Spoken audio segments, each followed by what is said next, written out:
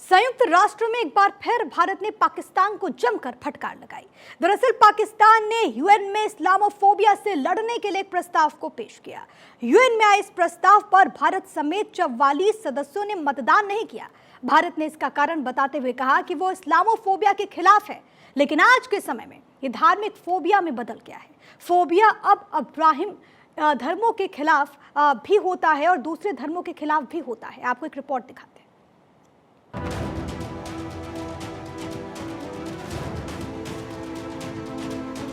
Islamophobia पर पाक को आईना। भारत ने कराया सच्चाई से सामना। इस्लामोफोबिया पर रार।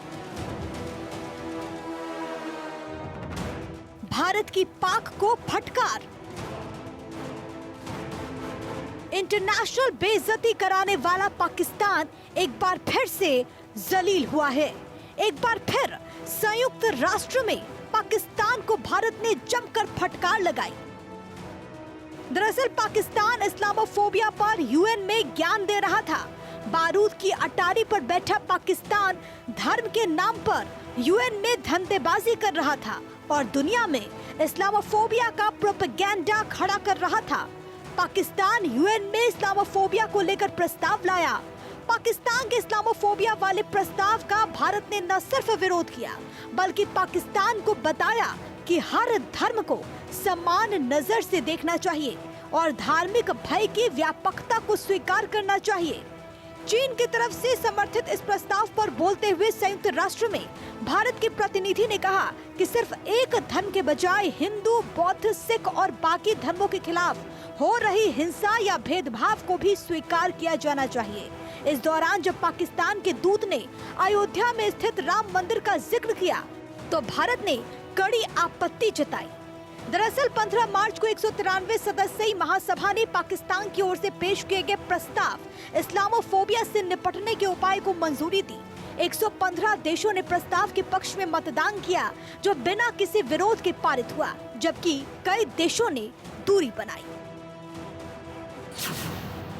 Bharat, Brazil, France, Germany, Italy, Ukraine, Britain समेत कुल 44 देश मतदान से दूर रहे।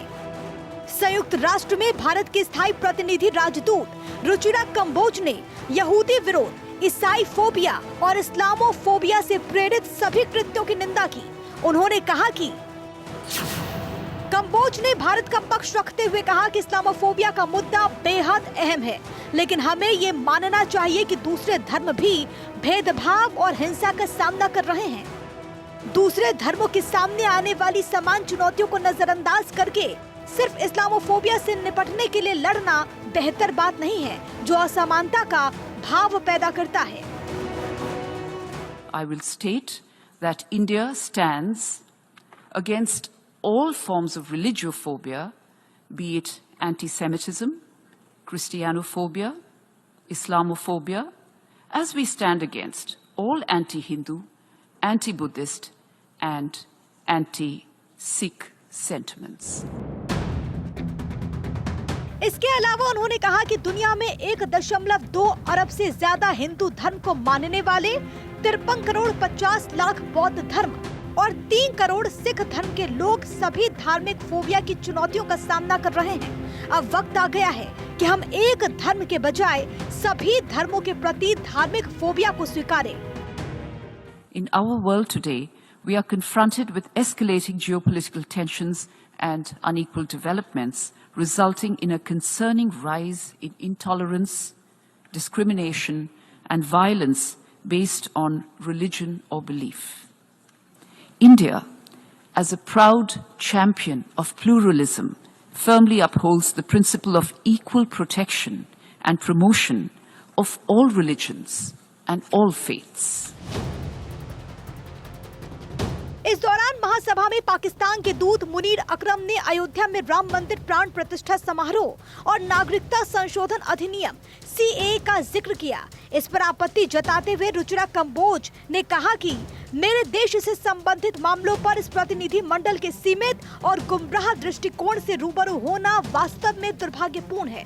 प्रतिनिधि मंडल ने खास तौर पर ऐसे समय में महासभा में ये जिक्र छेड़ा जब ये ऐसे मामले पर विचार कर रही है जिसमें सभी सदस्यों से ज्ञानवर्धक, गहन और वैश्विक दृष्टिकोण पेश करने की उम्मीद की जा रही है। शायद प्रतिनिधि मंडल को इसमें महारत हासिल नहीं है। भारत ने न केवल इस मसले पर पाकिस्तान का सच्चाई से सामना कराया, बल्कि अपने देश में हो रहे अल्पसंख्यकों पर जुल्म की याद भी दिलाई और बता दिया कि पाकिस्तान चाहे कितनी भी कोशिश कर ले, उसका चेहरा और चरित्र बदलने वाला नहीं है। Bureau report, Bharat 24।